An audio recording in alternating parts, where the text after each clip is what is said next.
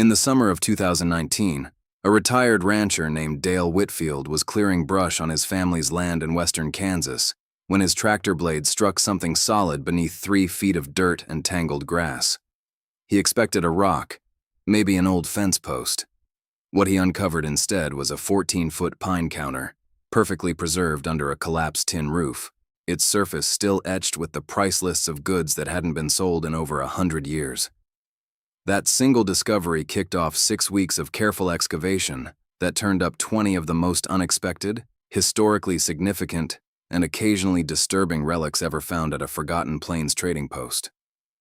If you've ever wondered what daily life really looked like for settlers, traders, and Native Americans in the late 1800s, you need to watch this all the way through, because item number 1 at the end of this video is going to completely change how you think about survival on the frontier.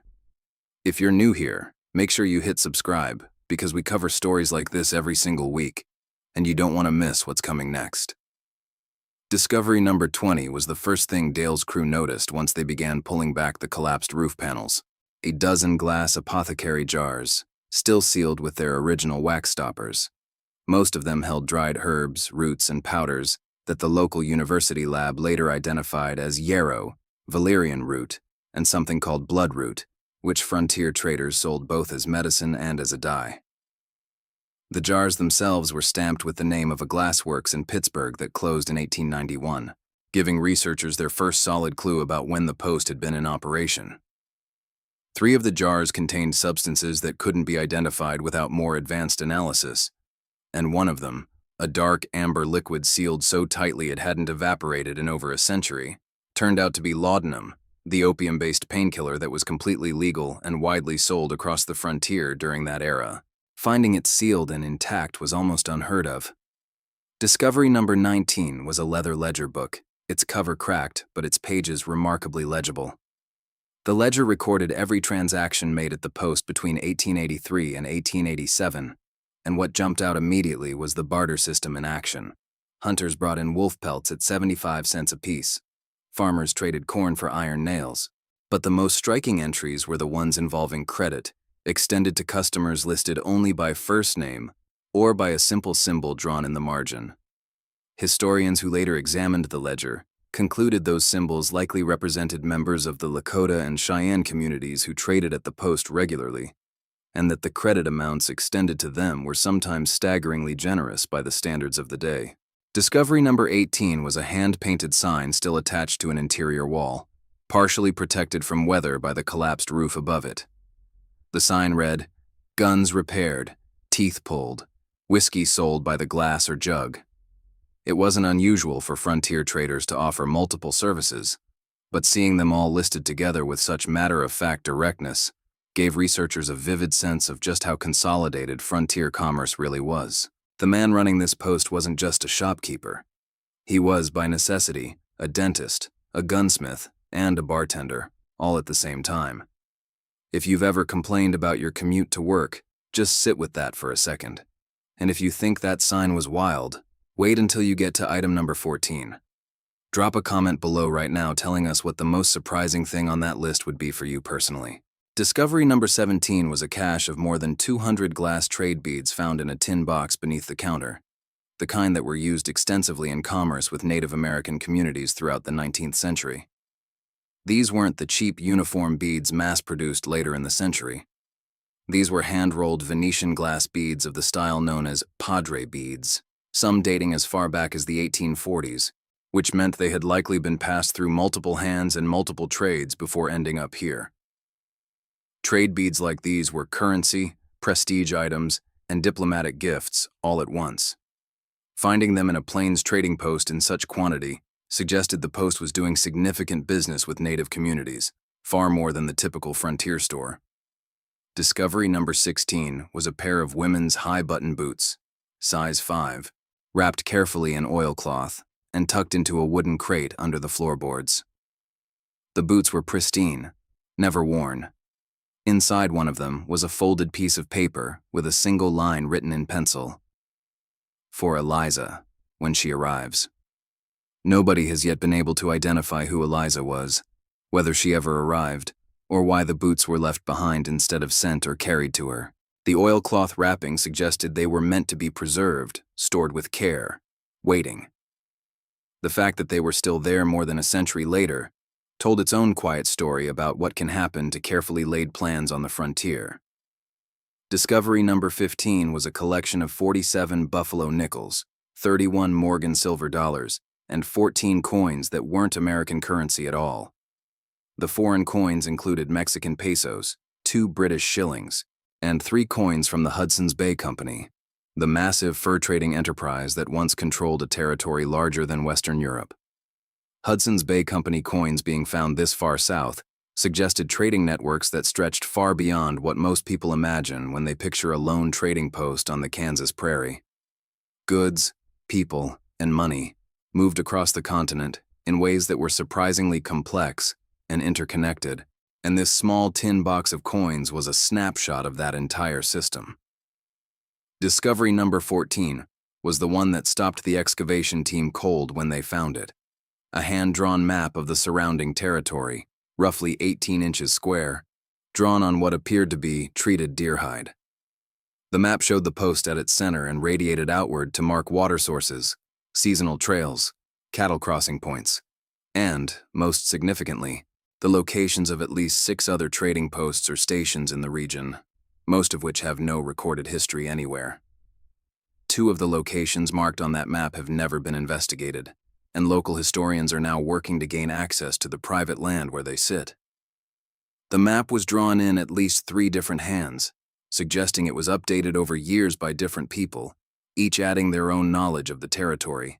Discovery number 13 was a complete set of weighing scales, the kind used to measure gold dust and silver, still in their original mahogany case. The scales themselves weren't unusual, but what was unusual was the set of counterweights found alongside them. Several of them had been deliberately filed down, shaved lighter than their marked weight. In the language of frontier commerce, this was called short weighting, and it was one of the most common forms of fraud practiced at trading posts. Whoever owned these scales was systematically cheating their customers, likely for years. The question of whether those customers knew it or not, and what they might have done if they had, is one that historians find particularly uncomfortable. If you haven't subscribed yet, now is a good time, because the next few discoveries are going to get even more interesting. Discovery number 12 was a handmade rifle, a percussion cap long rifle of the type common in the 1850s and 1860s, but heavily modified. Someone had carved the stock with an intricate series of geometric patterns that gun experts and Native American art scholars both agreed showed strong influences from Lakota decorative traditions. The metalwork had been reblued, and the barrel shortened in a way that suggested the gun had been reworked by someone deeply familiar with both Euro-American gunsmithing and Plains Indian craft traditions. It wasn't a white man's gun decorated to look native, or a native gun fitted with white parts. It was something genuinely in between, a physical object that told the story of 2 cultures not just in conflict, but in constant creative exchange. Discovery number 11 was a tin tobacco box that, when opened, was found to contain 14 human teeth. Not extracted teeth from dental work, not teeth that had fallen out naturally. These were teeth that showed the kind of precise, careful removal that suggested they had been collected deliberately over time. Whether they were trophies, medical specimens, or something else entirely, is a question nobody has been able to answer definitively. What the forensic anthropologist consulted on the find did say was that the teeth appeared to come from at least 6 different individuals, ranging in age from roughly 20 to 60 years old, and that the collection included both male and female individuals.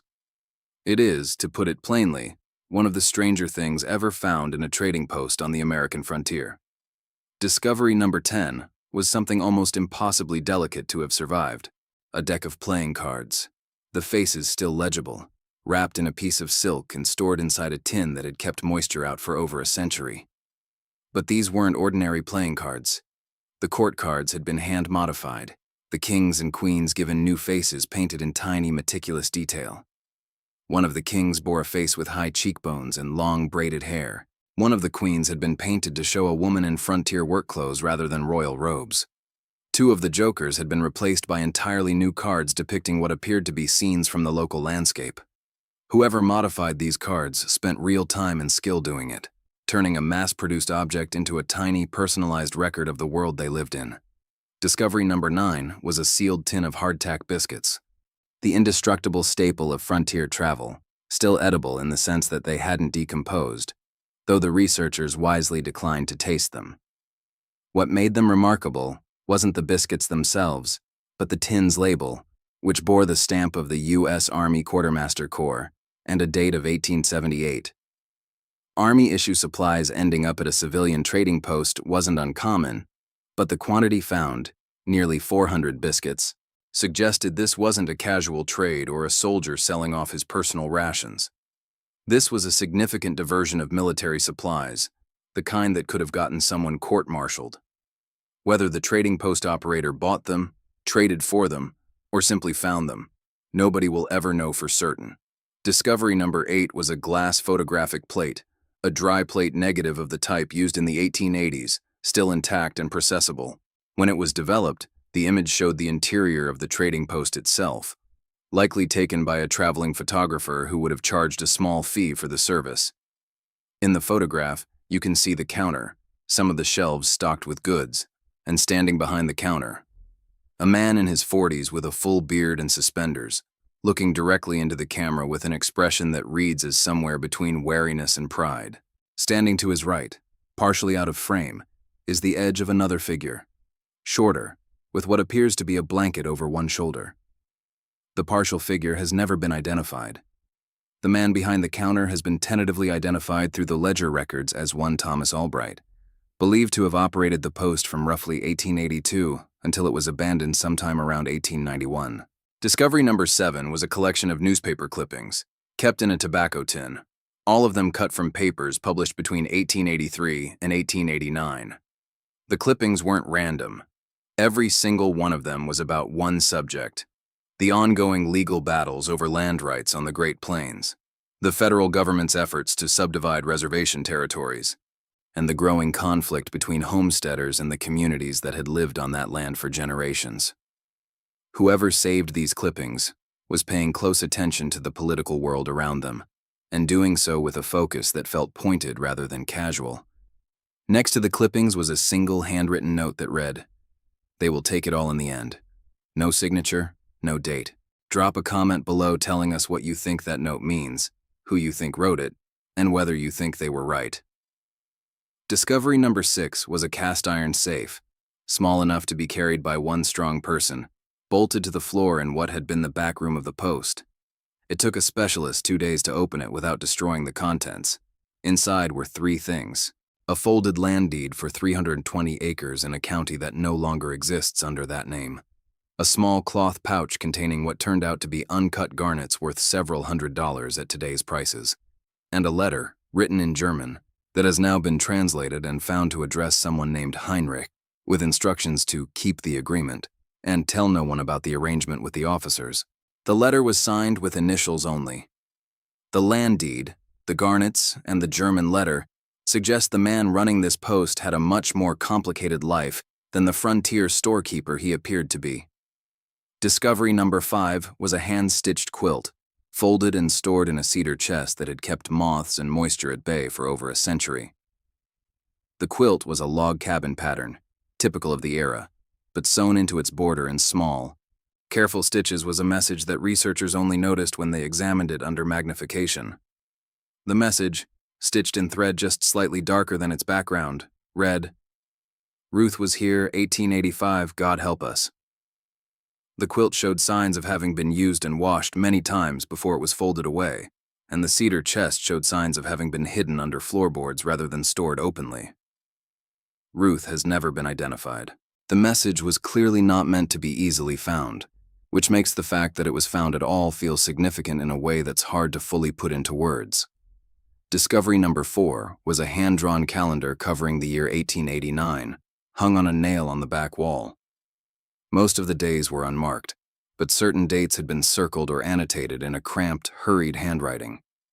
The annotations included phrases like, "Soldiers came," "Left before dawn," "Burned the Harmon place," and, on a date in late October, simply, "Gone." Historians who examined the calendar noted that the dates corresponded closely with documented incidents of violence and displacement in the region during that period, a time when federal enforcement of land reassignment policies was at its most aggressive. The calendar was the most direct first-hand account of that violence that had ever been found in this part of Kansas, written not by a historian or a journalist, but by someone who was simply trying to keep track of what was happening to the world around them. Discovery number 3 was a wooden box containing 22 glass vials of vaccine lymph, the material used to vaccinate against smallpox in the 19th century. Smallpox vaccination had been practiced since the early 1800s, and by the 1880s, traveling vaccinators and trading posts sometimes served as informal distribution points for the lymph in rural areas. But what made this particular cache remarkable was the documentation stored alongside it. A handwritten list of 114 names, organized by family, with dates next to each name indicating when they had been vaccinated. The list included Anglo settler names, Spanish surnames, and what appeared to be phonetic renderings of Lakota names. This trading post was, among everything else it was, a vaccination point serving a multiracial, multicultural community on the frontier, and whoever kept that list was doing something that mattered enormously, even if no one remembered it until 130 years later. Discovery number 2 was a locked iron box found buried deliberately beneath the post's foundation, wrapped in oilskin, and placed in a way that suggested it had been hidden rather than simply stored. Inside the box were 34 letters, all addressed to the same person, all from the same sender, and all written between 1880 and 1890. The letters were love letters, deeply personal and carefully written, from a man to another man, at a time and in a place where such a relationship would have been not just socially unacceptable, but potentially dangerous. The letters were never sent. They were kept, hidden, and buried. The man who wrote them ran a trading post on the Kansas prairie for at least a decade, served his community, kept his ledger, modified his scales, preserved his vaccines, and loved someone in secret for his entire adult life. Finding those letters underneath everything else felt, to every member of the excavation team, like finding the real story beneath the official one. And now, discovery number 1. This is the one that changed everything about how the researchers understood this trading post and the community it served. Buried in a wooden crate beneath the backroom floor, wrapped in canvas and protected by a thick layer of dried clay, was a collection of 312 handmade dolls. They ranged from simple corn husk figures to elaborately crafted cloth dolls with hand-stitched faces, real hair, and tiny handmade clothing. They came from multiple cultural traditions. Some were clearly made in the Plains Indian style, with beaded decoration and buckskin. Others were European-style cloth dolls in frontier dress. And a significant number were hybrid objects that showed both traditions at once. Written on the back of a small tag attached to the crate were the words, "For the children, all of them. Nobody knows who made them. Nobody knows why they were stored here rather than given away. But what the researchers believe is this trading post, for all its fraud and its secrets and its role in a brutal era of displacement and violence, was also a place where someone, at some point, gathered up 312 handmade dolls from multiple cultures and stored them carefully for children who may or may not have ever arrived to receive them. The boots waiting for Eliza, the dolls waiting for all the children, the letters never sent, the vaccines recorded by name. Whoever Thomas Albright was, whatever his arrangement with the officers meant, whatever the German letter was really about, he or someone close to him was also doing this, quietly, persistently, for reasons they never explained to anyone. The Great Plains in the 1880s were a place of extraordinary violence, injustice, and hardship. They were also a place where people from completely different worlds were thrown together and had to figure out how to exist in proximity to each other. And sometimes, not always, but sometimes, they did something more than merely coexist. They traded. They vaccinated each other's children. They drew maps together. They made things that were neither fully one culture nor the other, but genuinely new. They kept records. They hid love. They saved dolls for kids they'd never met. These 20 discoveries don't erase the brutality of that era, or pretend it wasn't what it was. But they do remind us that history is almost always more complicated, more human, and more surprising than the simple stories we tell about it. The people who lived at this trading post left behind no monuments, no famous names, no chapter in any textbook. What they left was a counter, a ledger, a quilt with a message stitched into its border, and 312 dolls wrapped in canvas in the dark. That is their monument. That is enough. Tell us in the comments which of these 20 discoveries hit you hardest. We read every single one.